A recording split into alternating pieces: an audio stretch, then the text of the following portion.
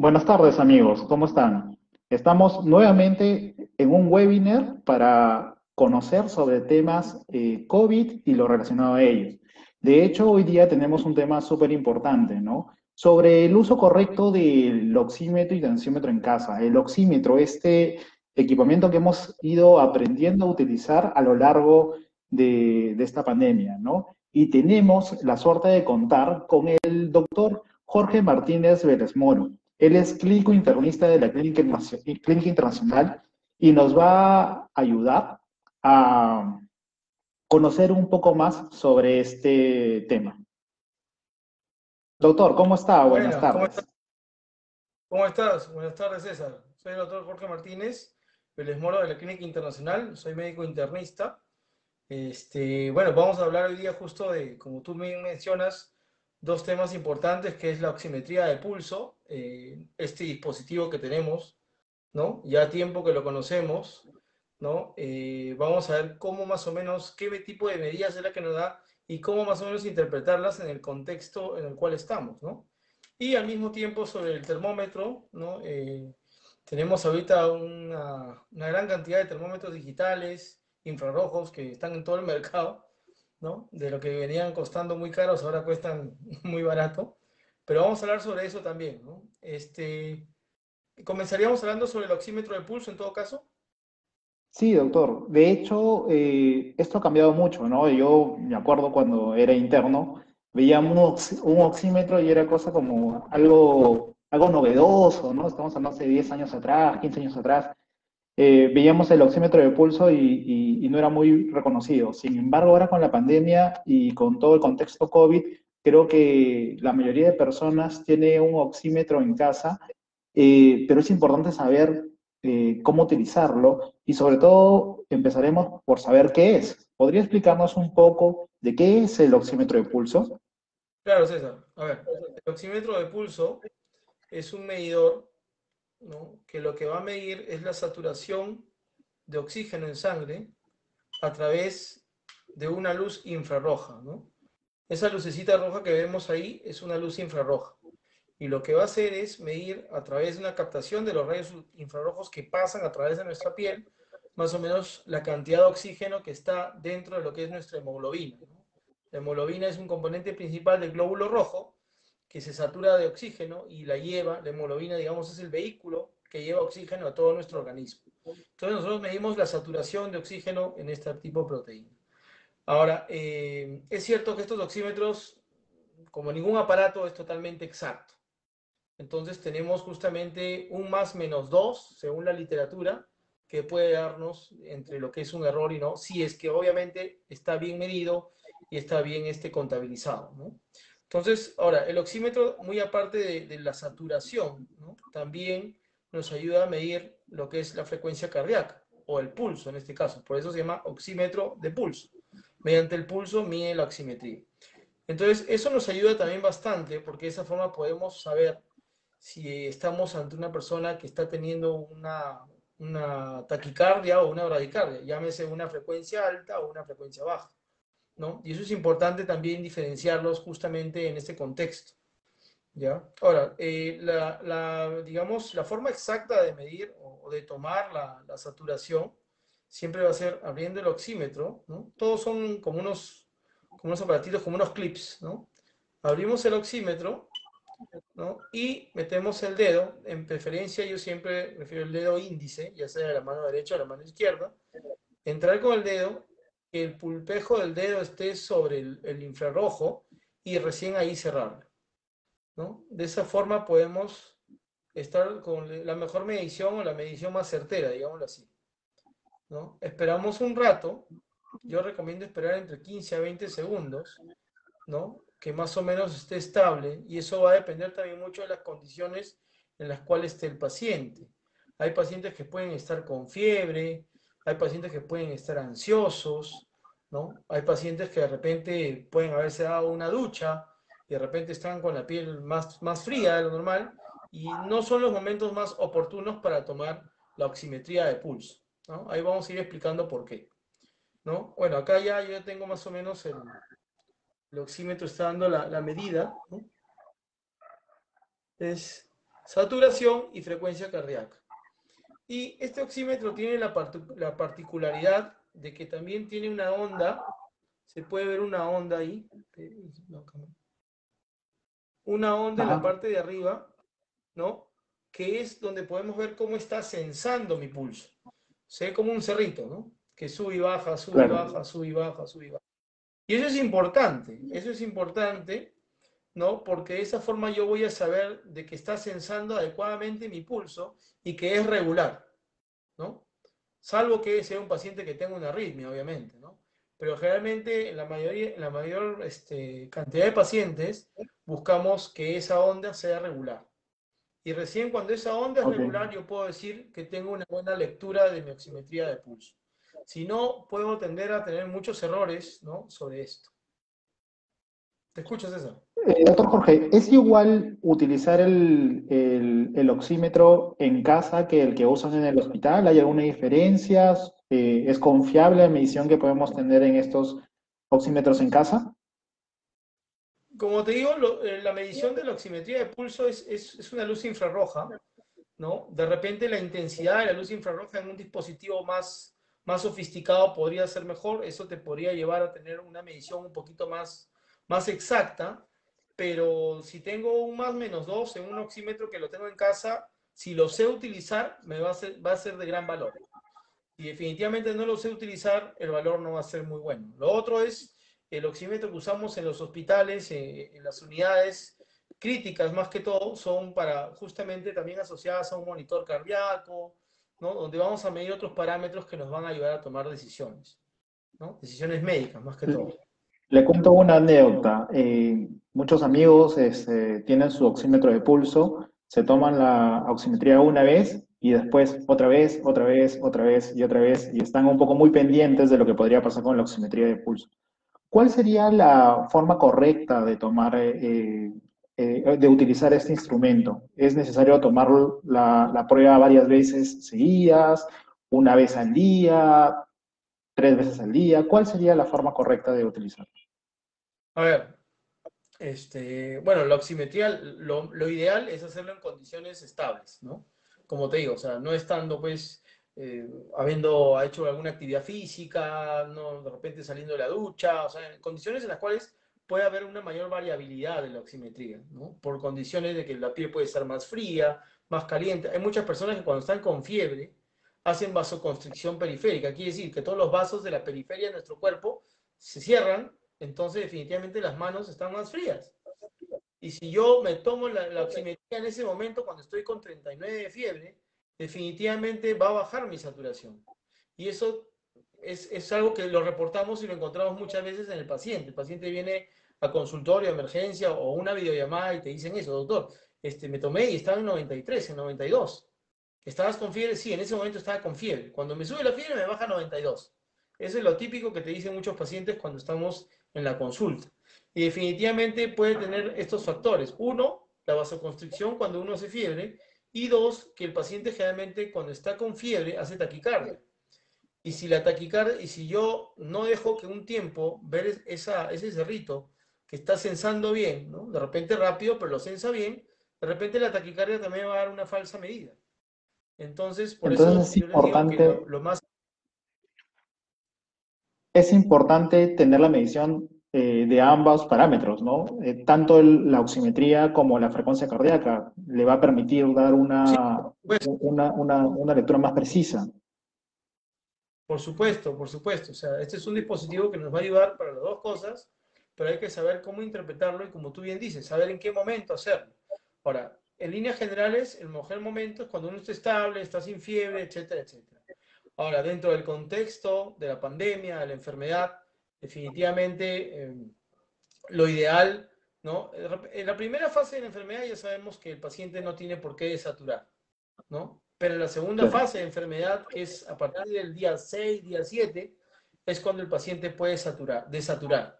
Entonces es ahí donde de repente tenemos que tener un poco más de control, hacerlo un poco más recurrente, definitivamente no cada 15 minutos, no cada 5 minutos, no cada media hora, pero lo recomendable, lo que yo recomiendo a los pacientes es por lo menos unas 5 o 6 veces al día. ¿no? Unas 5 o 6 veces al día en las condiciones en las cuales hay una estabilidad, ¿no? Sin que el paciente haya hecho actividad. Definitivamente tuvo un paciente en segunda semana, se toma la oximetría después de haber salido de bañarse, vas a encontrar que el paciente está hasta con 90, 91 de saturación. Pero eso obviamente es porque el paciente ha hecho un esfuerzo físico, ha hecho una actividad. Pero si tú se lo tomas en reposo, vas a ver que el paciente de repente está en 95, 94. Definitivamente eso ya te va hablando de cuál es la condición del paciente, pero no es una saturación tan real, ¿no?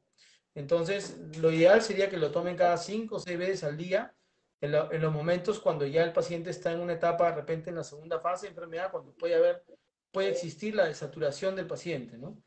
Definitivamente pueden haber muchas otras enfermedades en las cuales la saturación nos va a ayudar también a definir si el paciente puede requerir oxígeno o no. Supongamos pacientes que tienen fibrosis pulmonar, pacientes que tienen problemas cardíacos ya más avanzados, ¿no? Entonces ahí definitivamente la saturación también nos puede ayudar, pero tampoco tan recurrente. Cada 5 o 15 minutos no tiene sentido hacer eso. Es más entrar en un fenómeno de ansiedad que otra cosa, en verdad, ¿no? Y no es algo recomendable. Exacto, eso es lo que muchas veces pasa. Por ejemplo, ¿cómo debería estar la persona para tomar correctamente la oximetría? ¿Debería estar sentada, echada? La mejor posición para tomar la oximetría, o bueno, en todo caso, que esté sentado o sentada y que el oxímetro esté por debajo del corazón. O sea, leo la mano abajo y justamente tratando que esté por debajo de la línea del corazón. Esas son las recomendaciones generalmente de cómo se debe tomar la oximetría de pulso. Y obviamente, como ya les mencioné, que el paciente esté estable, que esté relajado, que no esté agitado, ¿no? Que eso es lo ideal, ¿no? Definitivamente las otras condiciones nos pueden dar falsos valores y esos falsos valores, aunque tú no lo creas, pueden generar más ansiedad en los pacientes y eso Sí, puede se llevar a vuelve tomar un hasta círculo decisiones vicioso. erróneas, ¿no? Ujú. Y Exacto. dígame, doctor Jorge, ¿cuál sería un valor normal de saturación en una persona adulta? Ya, los valores normales de saturación pueden estar, o sea, lo ideal es que todos tengamos de repente, bueno, ahora que ya casi todos tenemos un saturómetro en casa, ¿no? Definitivamente sin enfermedad todos deberíamos controlarnos por lo menos una vez la saturación, una vez en todo el tiempo, y saber cuál es nuestra saturación base, ¿no? ¿Cuál es nuestra saturación de base? Hay personas que por su contextura, por su condición o por de repente alguna enfermedad que puedan haber tenido, tienen una saturación más baja que otros, ¿no? Definitivamente una persona que tiene pues un problema de repente de obesidad podría saturar un poco menos, porque definitivamente la capacidad torácica de un obeso es menor que la capacidad torácica de una persona normal, porque ellos tienen el diafragma hacia arriba y les resta capacidad torácica. Y eso es lo que justamente hace que estos pacientes, uno de los factores por los cuales estos pacientes obesos, cuando desaturan, van mal, porque su capacidad respiratoria es menor. Entonces, son condiciones que pueden hacer que la saturación de esa persona de base esté en 96, en 97, mientras que de una persona normal podría estar en 97, 98, 99. Entonces, digamos que más de 96 en base estamos bien, ¿no? Y eso obviamente tiene que ir de la mano también con que la persona tenga una frecuencia cardíaca estable, porque sabemos que el paciente cuando desatura, le falta oxígeno, la frecuencia cardíaca también se va a disparar. Y lo otro que es muy importante, que es algo que, bueno, que no lo medimos con ningún tipo de aparato, pero que es algo que sí yo siempre recomiendo, que es medir la frecuencia respiratoria, ¿no? La frecuencia respiratoria definitivamente es importante. Tú puedes tener un paciente saturando 96% con una frecuencia respiratoria de 18, de 20, no me preocupo, pero puedes tener un paciente saturando 96% con una frecuencia respiratoria de 30 o de 28. Definitivamente ese paciente está teniendo lo que nosotros llamamos, tú lo conoces, un distrés respiratorio, o sea, le está costando respirar. Y eso ya indica de que probablemente hay un problema en el paciente. Entonces, si bien es cierto Claro. algo que no se habla mucho, ¿no? Es importante mencionarlo. Doctor, ¿y el hecho de estar en Lima o Arequipa o Cusco o Cerro de Pasco cambiaría también los valores de la saturación? Es decir, en ciudades de altura la saturación es más baja. ¿Cuáles serían estos valores? Sí, definitivamente la saturación va a variar conforme pase la altura, ¿no? Eso va a depender del porcentaje de oxígeno que hay en el medio ambiente. Definitivamente, mientras más presión, mientras, digamos, menos presión atmosférica, hay menos oxígeno. Entonces la saturación puede variar, puede ser menor, ¿no? De repente 94, 95, una persona que saturaba en el llano en 97, 98, podría ser 95, 94 en este tipo de condiciones, ¿no? Hasta que se adapte más o menos y de repente podría subir un poquito, ¿no? Obviamente también ahí hay que ver los mecanismos de adaptación, pero una persona que es nativa de ese lugar, definitivamente su saturación puede ser un poquito más baja de lo normal, pero él se siente normal, él se siente bien. Entonces sí, es algo que habría que valorar, ¿no? Más que todo en ciudades que están por arriba de los 3.000 metros, ¿no? Generalmente hasta los Ah, ok. 2.000 metros podría ser lo mismo, ¿no? Pero por arriba de los 3.000 metros definitivamente sí hay una variación, hay una variación. ¿Cuándo deberíamos ya empezar a tener o ejercer alguna acción sobre la saturación? A partir de qué nivel deberíamos ya empezar a llamar al médico o avisar que tenemos una saturación anormal? ¿Cuál sería ese número? O el rango, por ejemplo. Ya, ahí, bueno, definitivamente una saturación menor de 96 o 95, obviamente en pacientes que tienen una saturación base de 98, 99, eso ya es una alarma, ¿no? Y eso de la mano, como les mencioné, con lo que es frecuencia respiratoria. Entonces, siempre esos signos tienen que ir de la mano, ¿no? Frecuencia respiratoria y saturación baja. Si tenemos los dos, definitivamente algo está yendo mal. Y es lo que hemos visto, ¿no? Hemos visto pacientes que saturan de repente 95%, pero tienen frecuencia respiratoria de 24, 26. Haces una tomografía y encuentras que ese paciente ya tiene casi un 30% del pulmón afectado, pero de repente las condiciones del paciente, ¿no? Es una persona atlética, una persona que ha hecho ejercicio, una persona que no tiene comorbilidades, lo puede aguantar y puede ser manejado de repente en forma ambulatoria, ¿no? O de repente con cosas mínimas en domicilio, ¿no? Pero de repente una persona con un porcentaje de afectación del 30%, que tiene otras condiciones, que de repente tiene obesidad o mayor sobrepeso, definitivamente pues esa persona va a saturar mucho más bajo, porque como te referí, no hay capacidad pulmonar para que aguante una lesión de esa extensión, ¿no? En el pulmón. Y ese paciente definitivamente va a requerir oxígeno, ¿no? Sí, justamente este tema del oxígeno es algo que todo el mundo está muy pendiente, ¿no? Y a veces creemos que solamente depende del indicador de saturación, ¿no? Pero no es la única condición. Hay que evaluar precisamente todo el contexto del paciente para saber en qué momento requiere y no requiere oxígeno. Pero más o menos, ¿cuál sería el rango en el que deberíamos ya pensar en darle oxígeno al paciente? ¿Qué saturación sería?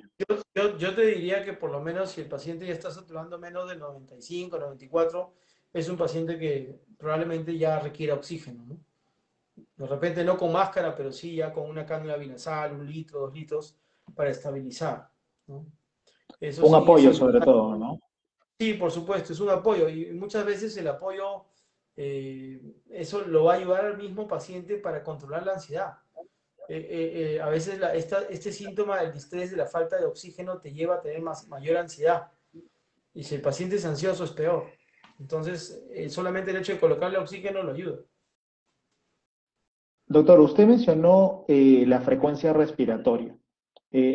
Justo estaba viendo algunos de los comentarios y muchos quieren indagar un poquito más sobre ello.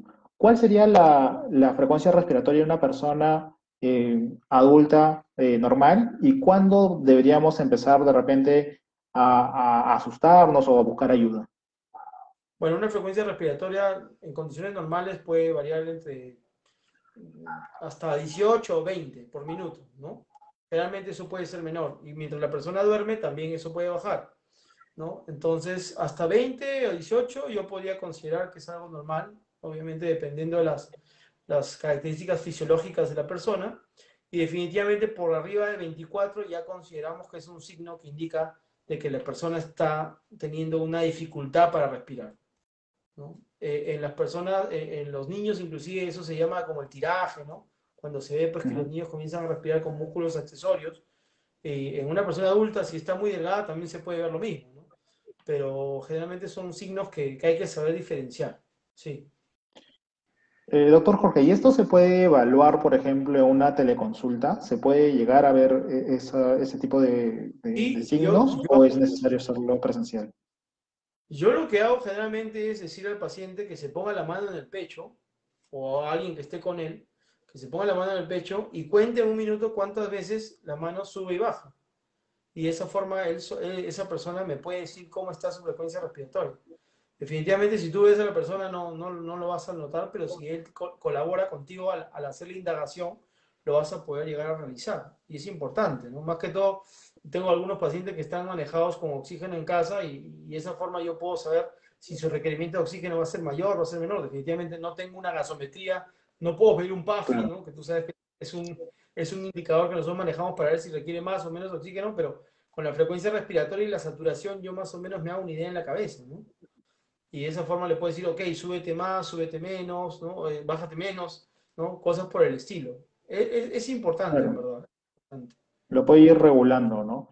Y una Exacto. pregunta, por ejemplo, en un paciente que tiene ya el diagnóstico COVID, ¿cuál sería la manera correcta de medir la saturación en casa? ¿Cada cuánto tiempo tendría que ser necesario medir la saturación? Como les mencioné, en la segunda semana de enfermedad, que es la semana donde el paciente, la enfermedad, la fase 2 de la fase inflamatoria, el pulmón se afecta y ocurre la disminución de la saturación, y yo ahí recomendaría que por lo menos lo hagan unas 5 o 6 veces al día, ¿no? En condiciones estables de todas formas, ¿no? Ir valorando si el paciente va a requerir o no oxígeno. Es cierto que hay muchos pacientes que pueden avanzar rápido, la desaturación o la enfermedad puede avanzar de 95 a 85 en un día, 2 días. Es cierto, hemos visto pacientes que la saturación cae rápidamente. Entonces, definitivamente, a partir del sexto día, séptimo día, en pacientes que vemos que están comenzando a presentar síntomas un poquito más severos, es en ellos en los cuales hay que ser de repente un poco más acuciosos y estar midiendo 5 o 6 veces al día, ¿no? Una vez que ya tenga oxígeno, de repente ya puedes ir variando un poquito eso, ¿no? Obviamente viendo la estabilidad del paciente. Claro. Doctor, ¿podemos repetir la medición del uso del oxímetro para que nuestros amigos puedan ver cómo es la manera correcta de usar el oxímetro?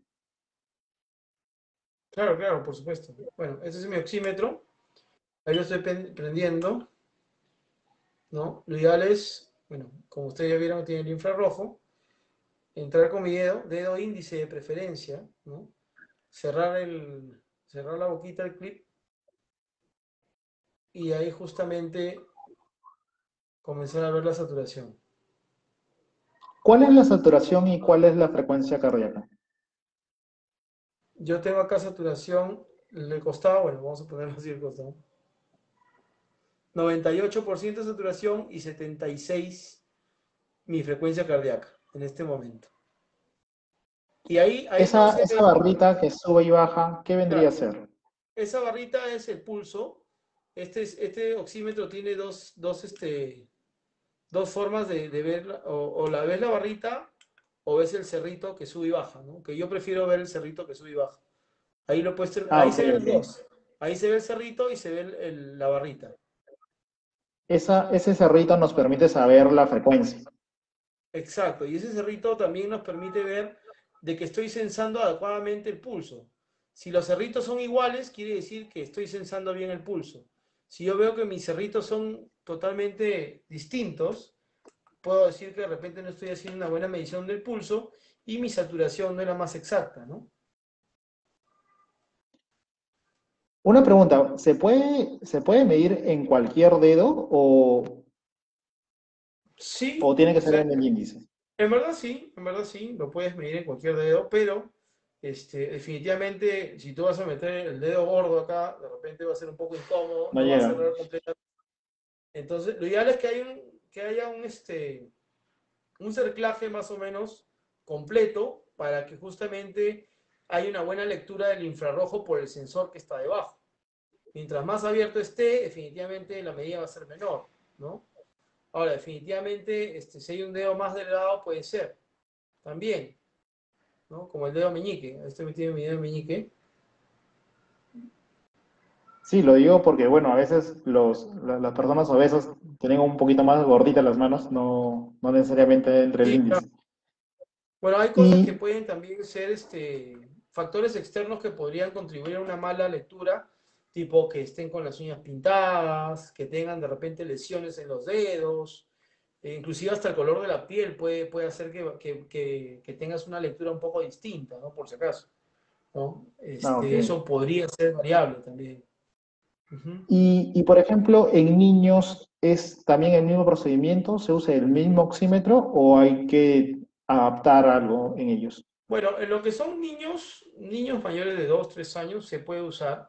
Sin embargo, bueno, eso ya no se puede ver con este oxímetro, pero en las clínicas y hospitales tenemos unos dispositivos que lo que hace es medir la oximetría en la oreja. Y también se puede usar Ah, para ok. pacientes adultos, ¿no? Pero eso, claro, es un dispositivo un poco distinto. Definitivamente medir la oximetría en un paciente pediátrico menor de 2 años o lactante es mucho más difícil y no es lo más, de repente no es lo más indicado usar uno de estos, ¿no?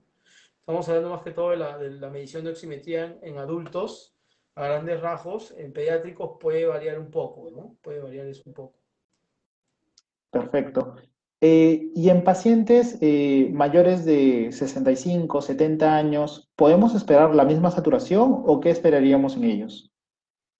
O definitivamente la saturación puede variar conforme la edad, pero siempre y cuando haya alguna afección pulmonar, porque si no, Ok. no tendría que variar. Lo que puede variar, y eso es una medición que la hacemos nosotros como médicos cuando pedimos los gases arteriales, es la presión de oxígeno en sangre. La presión de oxígeno en sangre sí puede variar con la edad, pero la saturación no tanto, si es que no hay una condición pulmonar de fondo, ¿no? Si definitivamente si es una persona geronte que tiene una fibrosis pulmonar o ha tenido problemas cardíacos, como ya he mencionado, qué sé yo, definitivamente esas personas pueden tener una saturación mucho más baja, pero en general no tendrían por qué. O sea, yo te digo, a ver, mi abuela, bueno, mi abuela tiene 102 años, a punto de cumplir 103, Oh, pero ella hasta hace 3 4 meses que no tenía una condición pulmonar de fondo, ahora la tiene, ella saturaba 97, 96%, ¿no? Entonces ahí te das cuenta que a pesar de la edad, la saturación no va a variar mucho. Y bueno, ahora ella está con un proceso pulmonar, bronquial y definitivamente ahora está con una saturación mucho más baja de lo normal. Pero aún así está saturando 95, ¿no? Y es una persona que tiene casi 103 años. Entonces, como te digo, hay que ver. Ahora, definitivamente lo ideal es que la mano del paciente geronte no esté fría, no esté helada, ¿no? Calentársela un poquito, frotársela para que esté tibia para poder hacer una buena medición, ¿no? Como les dije, ese tipo de factores puede ser que haya una mala medición del oxímetro. Ujú. doctor Jorge, y cuando estamos midiendo la oximetría de pulso, nos ha mostrado dos mediciones, ¿no? Tanto la frecuencia cardíaca como la oximetría. Y nos están preguntando mucho si es que la frecuencia respiratoria también puede ser evaluada con algún implemento o es simplemente examen físico, es decir, ver al paciente para poder contar las frecuencias respiratorias. No, definitivamente la frecuencia respiratoria es un signo clínico que lo medimos nosotros a la hora de poner la mano sobre el pecho del paciente, ¿no? O a la hora de auscultarlo y decirle que respire normal, uno más o menos va midiendo cuántas respiraciones tiene el paciente en un minuto, ¿no? Pero un dispositivo que mida frecuencia respiratoria, no, al menos no existe. A veces en las unidades de cuidados intensivos, cuando tenemos pacientes monitorizados, existe como una banda que va en el pecho y eso le va midiendo. O los mismos Ok. electrodos también pueden ir midiendo, pero no es algo que lo tengamos a la mano en la parte doméstica al menos, ¿no? Sí, lo que pasa es que a veces, como tenemos varios signos que podemos ir midiendo, no necesariamente todos se miden con un aparato en casa, ¿no? Entonces sí quería que Sí, quede claro. claro de que el oxímetro mide la frecuencia cardíaca y la saturación. La frecuencia respiratoria lo hacemos nosotros ya cuando vemos al paciente, ¿no? Pero sí es importante y Así ver el es. contexto del paciente justamente para poder hacer una interpretación adecuada de los datos que vamos obteniendo. Doctor, yo creo que hemos avanzado bastante bien con el tema del oxímetro. Tenemos varias preguntas que están en los comentarios. Sin embargo, me gustaría conversar un poco también del otro tema que tenemos en curso, que es Sí, claro, el termómetro. Y al los final, termómetros. al final podemos hacer una ronda de preguntas con los comentarios que hemos tenido y nada, continuamos. Con el termómetro es Perfecto. algo que, bueno, se utiliza hace muchos años, y creo que en el último año he visto un aumento excesivo del termómetro digital, ¿no? Pero a veces nos olvidamos que el de mercurio es el que siempre hemos tenido en casa, ¿no? ¿Podría Sí, explicarnos un claro, a ver, poco qué es el termómetro y para qué sirve? claro, mira, en lo que son termómetros tenemos tres tipos de termómetros. Uno es el ya conocido, el de mercurio, ¿no? Sabemos que el mercurio es un líquido que rápidamente con el calor se puede dilatar y sube, ¿no? Y nos hace una medición. El termómetro del mercurio tiene varias variantes, inclusive, ¿no? Tiene la variante axilar, la variante oral, bueno, este mismo lo puede usar oral, y la variante rectal, ¿no? Que ya no se usa mucho, pero se usaba bastante en lo que son niños, para medir la temperatura rectal. Definitivamente, en el tiempo hubo todo un tema por el hecho de que hubo un consumo del mercurio accidental muchas veces por niños, por personas, y eso obviamente podría haber traído desenlaces fatales. Y hubo mucho mito, ¿no? Sobre esto, y definitivamente en muchas partes del mundo se dejó de utilizar el termómetro de mercurio por estos riesgos, y comenzaron a salir los termómetros, lo que llaman los termómetros digitales, que tienen igual, ¿no? Que te miden la temperatura, ¿no? Pero igualito tienen como un sensor, ¿no? Como esto, y el sensor igualito lo pones ahí, ¿no? Y ahora, definitivamente, en nuestros tiempos, tenemos ya lo que es el termómetro infrarrojo, ¿no? Que es lo que todos los días, por lo menos el que Sí, menos que sale, por lo menos unas 2 o 3 veces al día te pasan el termómetro infrarrojo, ¿no? Entonces, definitivamente, el más exacto es el de mercurio, o sea, eso no hay duda. El termómetro más exacto es el de mercurio. Después, los infrarrojos, los digitales no se usan mucho, en verdad. Se usaban bastante en pediatría, ¿no? Pero ahora con el tema de los infrarrojos que se usan, pero la recomendación es que no debería usarse en una forma doméstica, no debería usarse en una forma individual. La indicación sigue siendo usar un termómetro de mercurio. ¿Por qué? Porque estos termómetros infrarrojos pueden dar muchos falsos negativos o falsos positivos. Más falsos negativos, te diría yo. Y yo te cuento mi experiencia en clínicas. Bueno, yo trabajo también, he trabajado en emergencias, ¿no? Trabajo en emergencias. Y hay muchas veces cuando tú ves al paciente, le tomas la temperatura, te hace el reporte de la enfermera de que el paciente tiene 36,5 de temperatura, lo midió con el termómetro digital, y tú lo examinas y el paciente está diaforético, está taquicárdico. Entonces, y la enfermera ha puesto en su triaje que está con 110 de frecuencia cardíaca. Entonces yo le pregunto, pero si está con 110 de frecuencia cardíaca, ¿cómo vas a pensar de que la temperatura está en 36? claro. Y tú le pones el termómetro de mercurio y definitivamente el paciente está con 38,5 de fiebre. Entonces, estamos hablando de una época prepandemia, por si acaso, ¿no? Entonces, ahí ya te das cuenta de que estos termómetros infrarrojos no son muy certeros.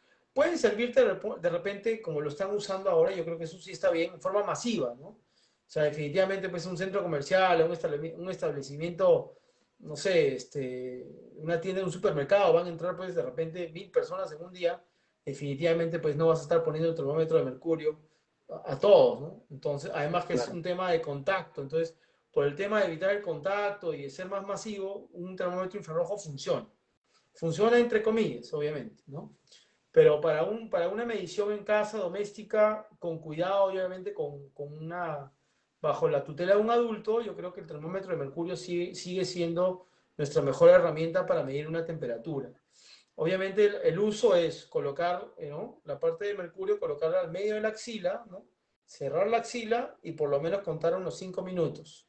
Y después de esos 5 minutos hacer la lectura. Sabemos que la temperatura central es 0,5 más que la temperatura axilar, y generalmente le sumamos, ¿no?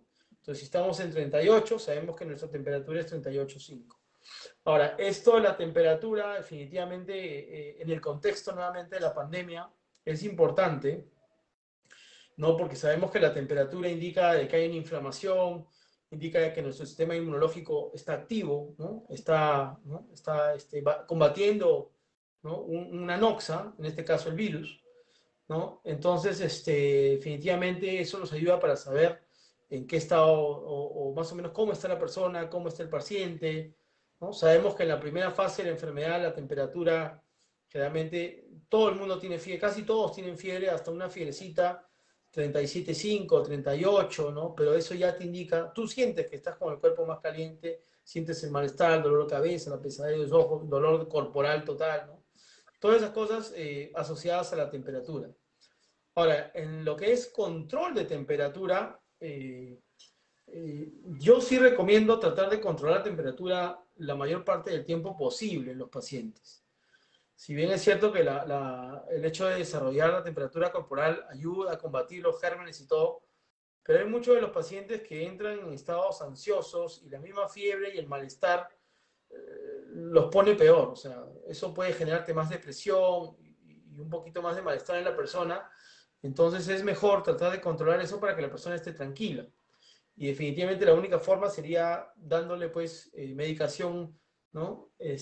Antipirética en forma horaria, cada 8 horas, ¿no? Cada 6 horas lo hacen otros. Personalmente lo prefiero hacer cada 8 horas. Y definitivamente tú vas viendo, ¿no? Si tú ves que ya la persona te va diciendo, generalmente a estos pacientes les hacemos un seguimiento diario o ellos nos mandan, ¿no? Cómo va su saturación, cómo va su temperatura, y tú vas viendo, si en algún momento tú vas viendo que la temperatura ya comienza a bajar, a caerse, le puedes decir, ok, ya no tomes cada 12, cada 8, tómalo cada 12, o en todo caso solamente condicional, ¿no? Definitivamente eso es como yo lo manejo al menos, ¿no? Si tuviéramos un paciente COVID en casa, ¿no? Que estamos cuidando, que estamos viendo, ¿cómo debería acercarme a tomarle la temperatura? ¿Qué medidas debería tener en cuenta para no contagiar? Bueno, las medidas de bioseguridad son las mismas, ¿no? Mascarilla.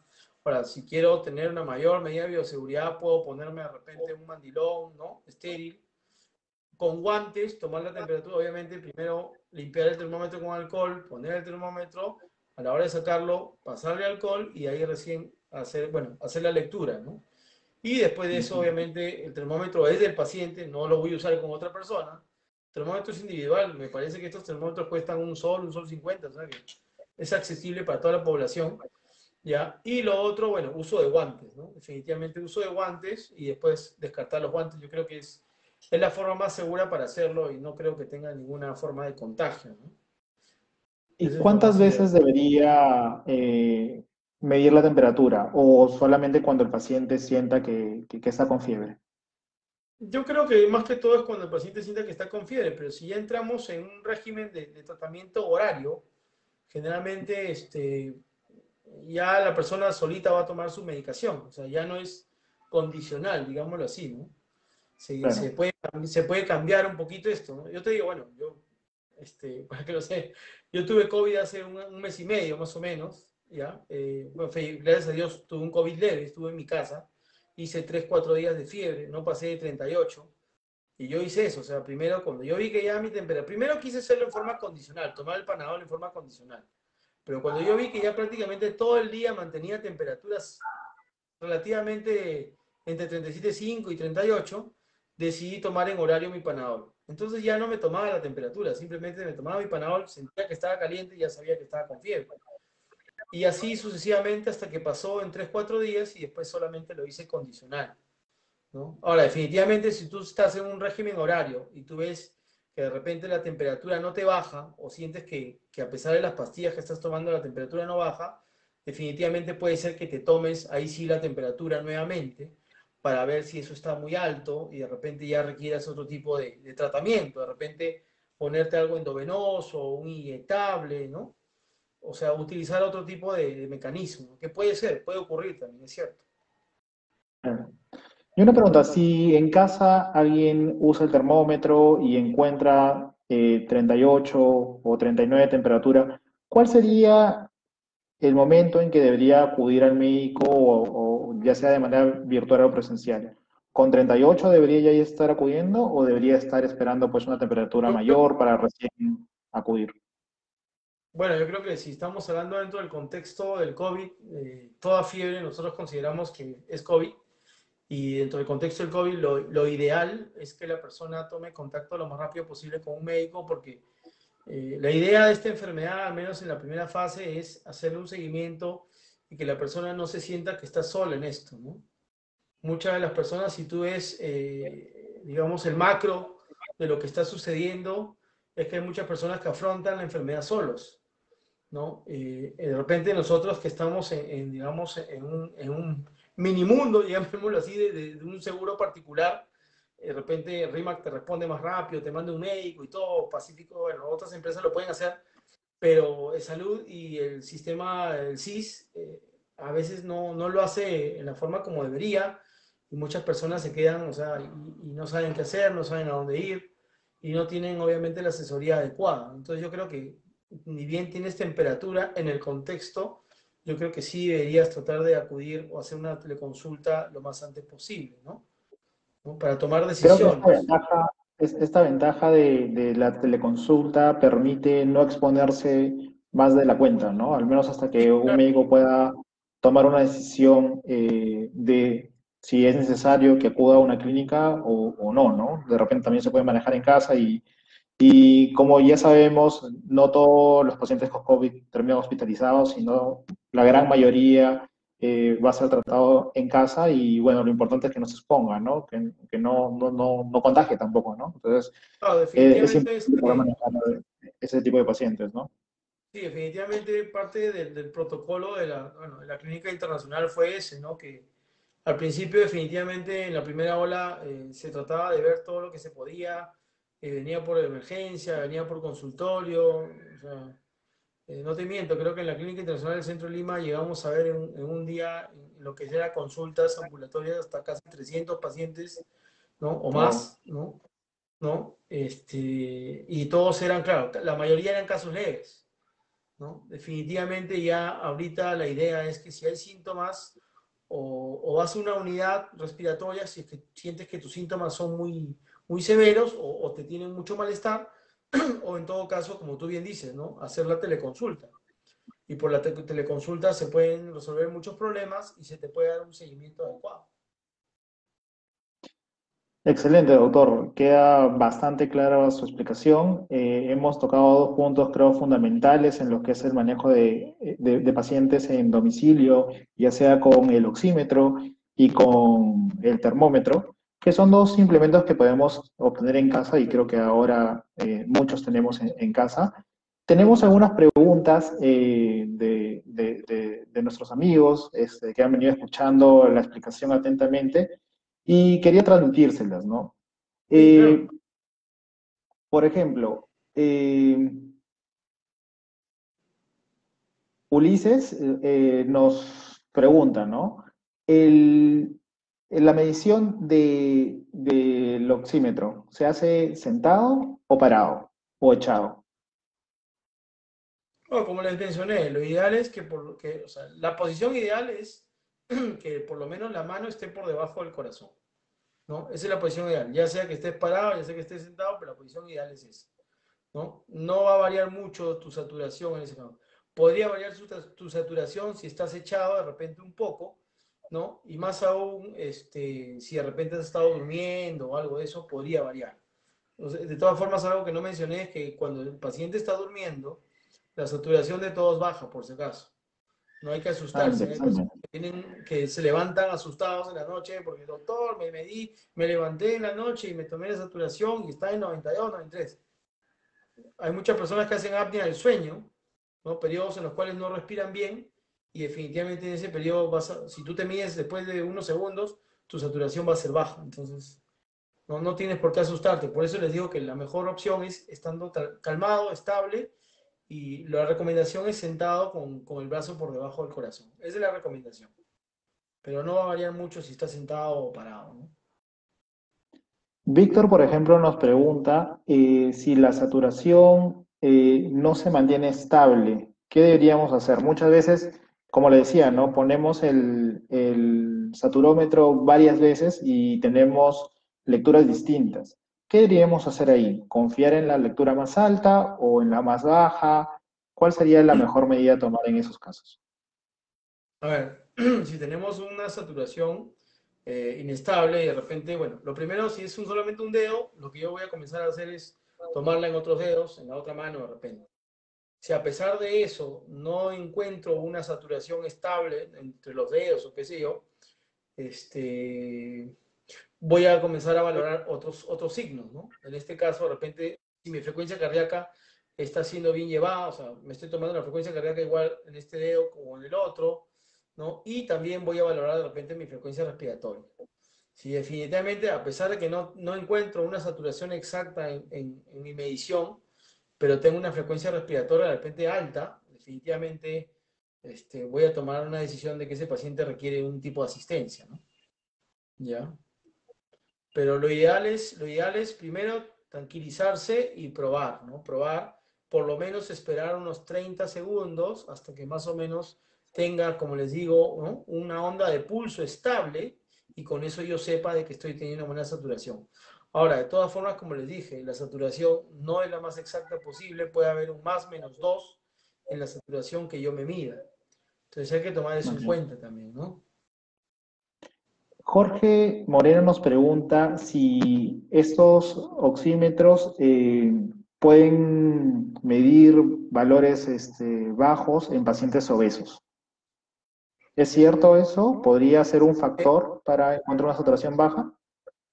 no te escuché, ¿cómo? Nos mencionaba que si en pacientes obesos la saturación puede ser más baja que un paciente que no tenga la condición de obesidad.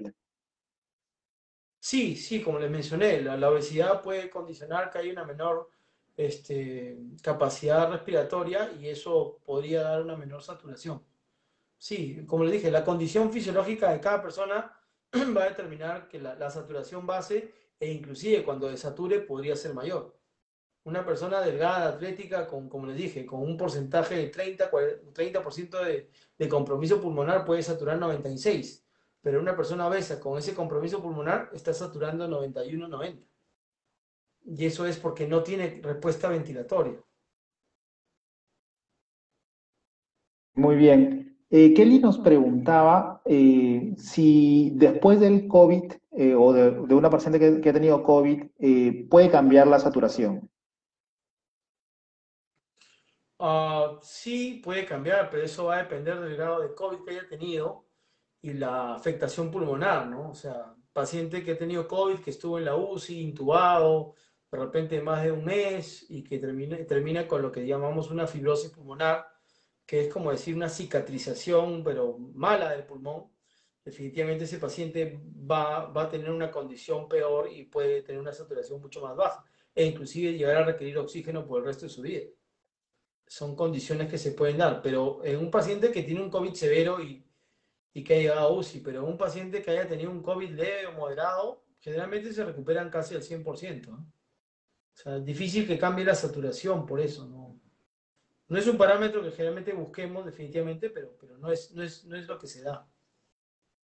Y una persona, por ejemplo, asmática, ¿podría tener una saturación distinta que una persona que no es asmática?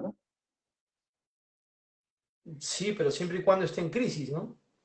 Ok. Inclusive, tú sabes que el problema del asmático no es tanto la entrada de oxígeno, sino la salida del CO2 y que comienza a retener CO2. Pero sí, puede ser que una persona asmática cuando esté en crisis pueda tener una mayor saturación, pero si no está en crisis no tendría por qué variar.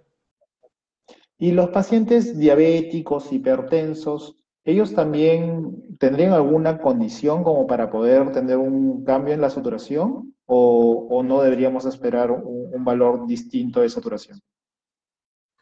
Bueno, definitivamente en ellos va a depender también la condición de fondo, ¿no? Si es un paciente hipertenso, diabético, que ya tiene de repente un problema cardíaco de fondo, la saturación podría variar, podría ser menor, ¿no? O problema renal de fondo, que también eso condiciona que pueda haber de repente líquido en el pulmón, en las pleuras, y que eso haga que la saturación de base de esos pacientes sea menor. Pero en líneas generales, si es un paciente diabético controlado o hipertenso controlado, no tendría por qué tener una saturación más baja que una persona normal. La condición de riesgo con ellos es por, digamos, un diabético es porque todo diabético se considera una persona inmunosuprimida, ¿no? Porque la glucosa Claro. definitivamente hace que nuestro sistema inmunológico, nuestros glóbulos blancos no trabajen adecuadamente, ¿no? Y en un paciente hipertenso, bueno, por lo que conlleva, pues, un corazón que va a requerir mayor esfuerzo cuando tenga taquicardia, cuando le falta oxígeno, ¿no? Por ahí va el tema de las comorbilidades, pero no netamente porque vaya a variar la saturación en estos pacientes. Bueno, me queda claro que la saturación es un signo importante que tenemos que conocer, pero no es un signo aislado, ¿no? Tenemos que ver todo el contexto del paciente para saber qué hacer con el paciente, ¿no? Y de Así hecho es. sí nos permite accionar alguna respuesta, pero tenemos que ver el paciente de forma holística, ¿no? Exacto. Doctor, ¿qué recomendaciones finales tendría para los pacientes en este contexto? Bueno, la recomendación sobre estos dispositivos es tenerlos en casa, nos van a ayudar bastante, ¿no? Y por otro lado, hacer las mediciones cuando estemos estables, no desesperarnos por una medición de repente que nos pueda asustar, ¿no? Y más aún si de repente estamos en una primera semana de enfermedad en la cual no tendría por qué saturar casi ningún paciente, ¿no? Si estamos en día uno, recién tengo fiebre hoy día, mañana tengo fiebre y estoy controlando la saturación cada 5 minutos, no tiene sentido, no tiene sentido.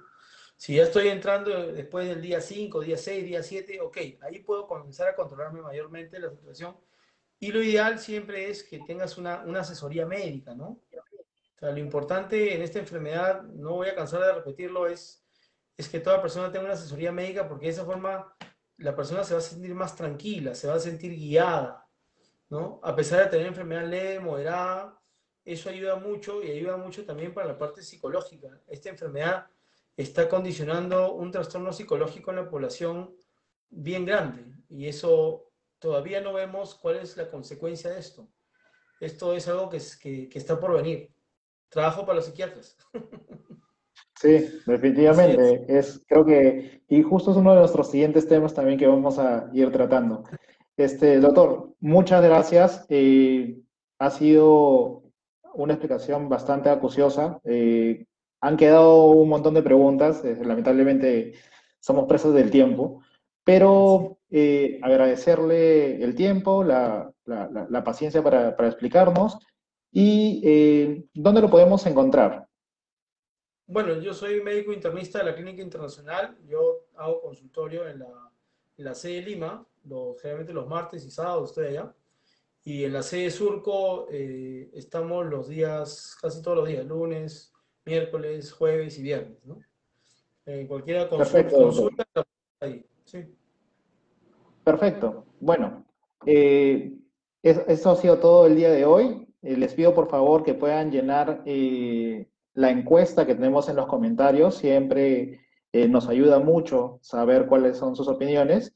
Y quedamos para el siguiente webinar la próxima semana para tratar temas de actualidad. Buenas noches. Gracias, César. Hasta luego, hasta luego. Chao.